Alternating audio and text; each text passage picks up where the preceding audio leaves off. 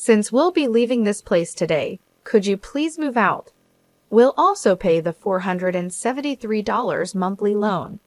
Now that my daughter is coming, we no longer need you. Okay, well then please take care of everything from now on. Even though we had supported our in-laws so much, they easily shifted their trust to the younger sister. As I reached the entrance, packing my belongings, I told them something very important. Oh, by the way, it seems there's a misunderstanding. The monthly loan repayment is... As I said that, their faces turned pale in shock. My name is Emily, a 35-year-old office worker. I've been married to Tom for 3 years. We met through a mutual friend who believed we'd be perfect for each other. This friend's intuition was spot on. We were drawn to each other from our first conversation. Tom also felt the same, and we began dating. We continued the relationship smoothly, and around 2 years later, he proposed to me. I was so happy as I loved him deeply. Both our families agreed to our marriage, and we had a wonderful wedding attended by many. We then went on a honeymoon and began our life together as a married couple. We both worked, so we shared household chores. Tom had lived alone for a long time and could cook, which was a huge help. Even when I was late from work, Tom helped me and started cooking so we could have dinner soon after.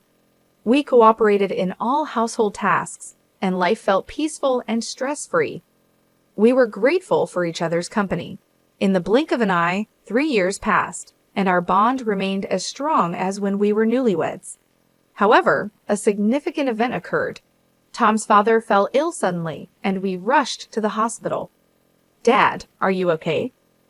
Tom, Emily, thank you for coming. Sorry for causing you concern. It seems I overexerted myself. He had been a workaholic, often working long hours, and as he aged, the stress of those years took a toll on him. For now, I'll undergo some tests and wait for the results. I see.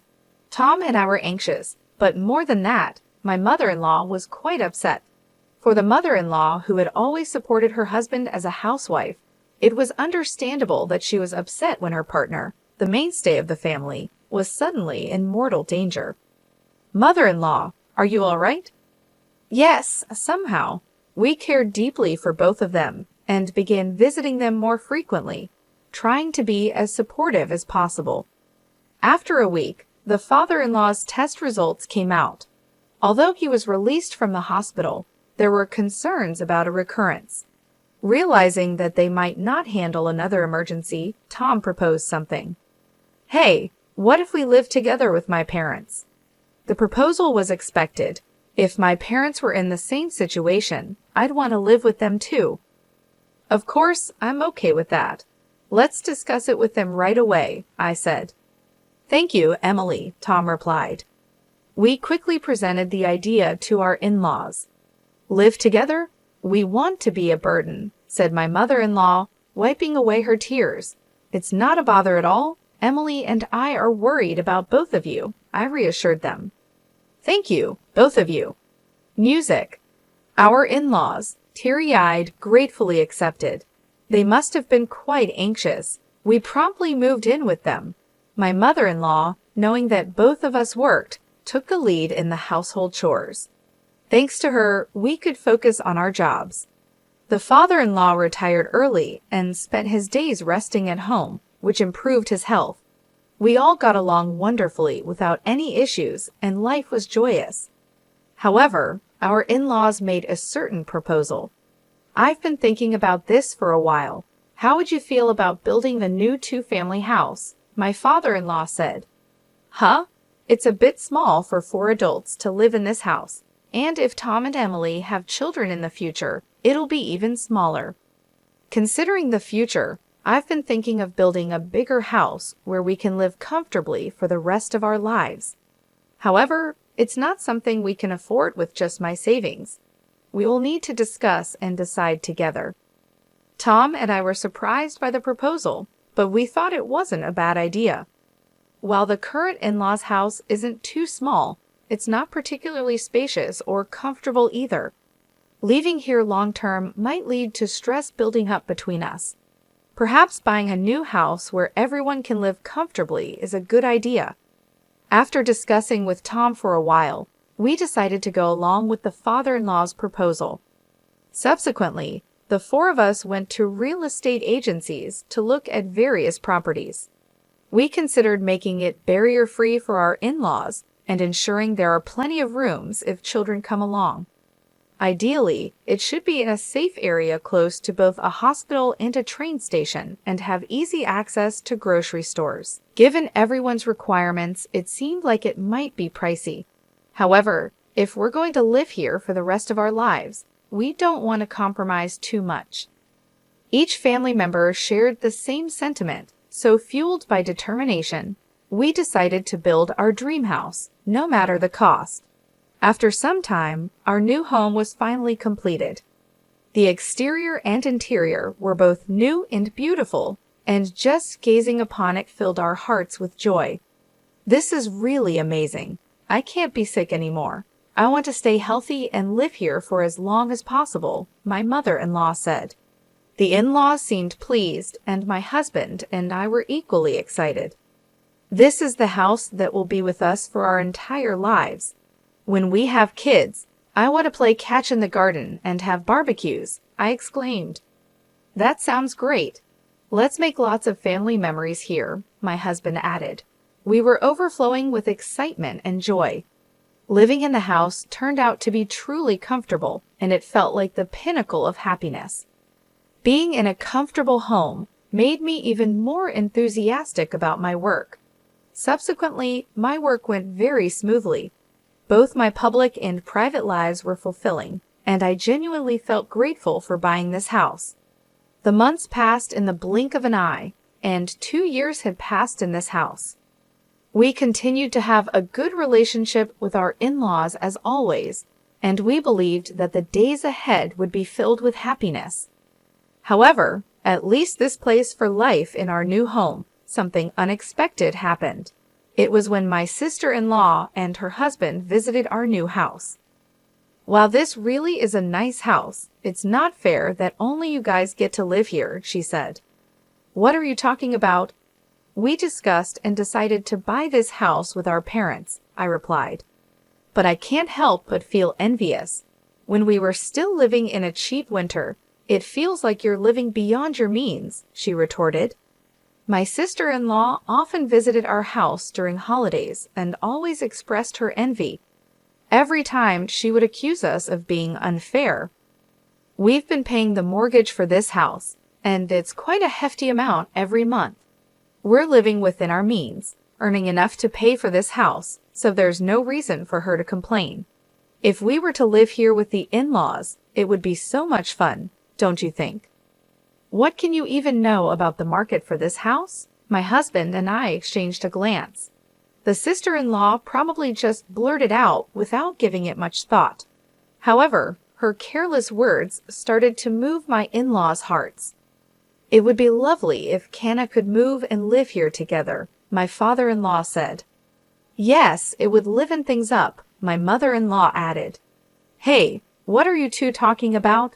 Haven't we been living together all this while?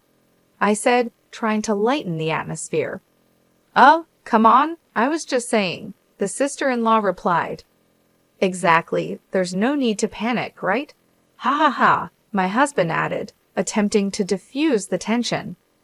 While the in-laws tried to brush it off, it was evident that they were enticed by the idea of living with the sister-in-law. They seemed to have a particular affection for her. Even Mercer, their pet, went for her. She was a beauty with delicate features, looking like a doll since her childhood.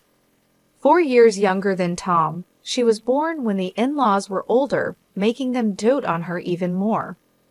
This pampering had led her to become quite spoiled, and Tom had to deal with her demanding nature. Having heard all this from Tom, I was always wary of my sister-in-law. For a while after we got married, Tom and I were both caught off guard because she didn't seem to be causing us any trouble. However, recently, she had been increasingly eyeing our new house. Oh, Emily, you're back. Then I'll be leaving now, she said one day.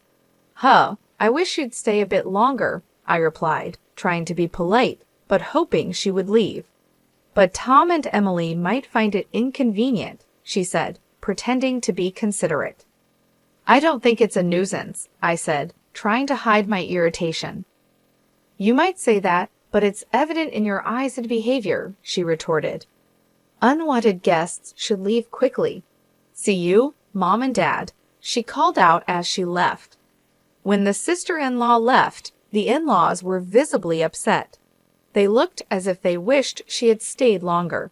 Even though they didn't voice their feelings, their faces and attitudes spoke volumes. I often felt out of place, retreating to my room after work to avoid the growing tension that lingered in our home.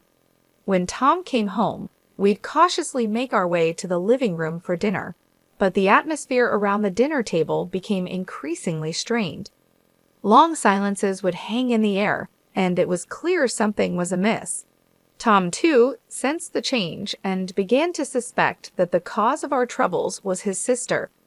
As our relationship with the in-laws deteriorated, the sister-in-law finally made her move. One holiday, Tom and I returned from our morning shopping to find unfamiliar shoes at the entrance. We exchanged glances, perplexed, and then his mother-in-law approached us from the living room. You're finally back. We need to talk, she said, her tone unusually stern. As we entered the living room, there sat the sister-in-law and her husband. Ah, you're finally here, she said, addressing us casually. Kana, what's going on?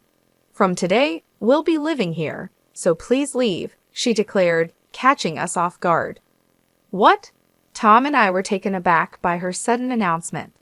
What is she thinking, moving in today? Hold on, it's ridiculous to say that all of a sudden. It's not sudden. We've discussed this with Mom and Dad for a long time, she responded confidently. Kai and I will take care of everyone. I'll handle the housework and even care for you when needed. Please rely on us, Mom and Dad. With our daughter here, we don't need you anymore. A daughter-in-law who doesn't do housework or have children is no match for Kana. I was deeply hurt by their words. Seeing my shocked face, the sister-in-law smirked. We'll pay the $473 monthly loan. Okay, she said, as if it would make everything all right. Huh? $473? I stammered, unable to believe what I was hearing. It's a great deal to live in such a nice house for that. Tom and I exchanged dumbfounded glances. It became clear that the in-laws were already planning to kick us out. After such treatment, we couldn't continue living there. Is that so? I managed to say. But we can't move out immediately. Could you give us at least a week? We need to find a new place. Fine, his mother-in-law said, her tone indifferent. Ah, you must be looking forward to living with Kana and her husband from today. As the in-laws looked disappointed, the sister-in-law and her husband were extremely happy that we decided to leave. Calm down, Mom and Dad. The house isn't going anywhere. I'm looking forward to a week from now, she chimed in, her voice dripping with satisfaction. While the in-laws and the sister-in-law's family were thrilled to drive us out, Tom and I seriously reconsidered co-living with such people. We quickly arranged to view rental properties and moved out within a week. On the day we were leaving, I made it clear. Please take care of everything from now on. Don't ever get involved with us or come to this house again. Their words were harsh, especially considering how much we had supported them. Yet now we could finally live comfortably with Mom and Dad in our new home. It felt like a dream. As I gathered our belongings and approached the entrance, I shared an important piece of information. Oh, by the way, it seems there's a misunderstanding about the monthly mortgage payments. It's $1,825 every month, okay? Make sure you understand that. What? They exclaimed in shock, their faces turning pale all at once. Hold on a second, isn't the loan just $473 a month? They protested. You misunderstood, didn't you? This house is under our father's name, so the loan is contractually agreed to be paid off through a debit from Dad's account. Emily and I were planning to live in this house for the rest of our lives, so we told him he wouldn't have to pay. We were bearing all the costs. So I was transferring $473, and Emily was transferring $1,352 to our father's account every month. It turned out father had only remembered the monthly transfers into his account. Moreover, Emily and I split the living expenses equally. Our parents probably never thoroughly checked the costs and assumed it wasn't a significant amount. What? No way. We can't pay $1,825 a month. We can't even cover the living expenses on top of that. How can Emily afford to contribute so much? Tom exclaimed. I don't know how you perceive me, but I'm a department head at a major corporation. I earn quite a lot, I interjected. What? Emily earns much more than I do, Tom said, explaining to the in-laws. The in-laws looked shocked. Well, we've decided to cut ties with you, so it's up to you to support our parents from now on, father said firmly. No way, Emily, Tom, wait. We were wrong. Let's live peacefully together like before. Okay, mother pleaded. What? Mom and Dad, are you planning to abandon us? You guys can repay the loan, can't you? If that's the case, shouldn't you live with those who can? I argued. That's not fair. Dad told me the loan was only about $473. That's why we came here. We've already canceled our previous house, the sister-in-law protested. That's not my problem. Isn't this mess because you wanted to move in with us in the first place? Tom said. Right, your husband earns very little, doesn't he? But you always said family was more important than money and pampered me. When our livelihood is at stake, all of that doesn't matter, I added, pointing out their hypocrisy. The quarrel between the in-laws and the sister-in-law was unbearable to watch. Well, we're leaving, I declared, and with that Tom and I left the house and moved into our rented room. Despite numerous messages from the in-laws, we ignored them all. According to our neighbors, the in-laws and the sister-in-law's family had no choice but to live together. However, they couldn't pay the loan and eventually had to let go of the house. When they sold the house, a considerable debt remained. Even after using the father-in-law's early retirement benefits for repayment, they still fell short. Eventually, they had to settle for a small apartment and work multiple jobs to repay their debt. Apparently, the sister-in-law's husband didn't want the burden to fall on him, so he ran away. If only the in-laws had continued living peacefully with us, they wouldn't have faced these hardships. But again, it's none of our concern now. On the other hand, Tom and I found our rented apartment much cozier than anticipated. We planned to stay here for a while and save money. We lived happily, watching our savings grow at an incredible rate. We believed it was essential to save as much as we could for the future while enjoying occasional luxuries. Our aim was a happy life together in the years to come.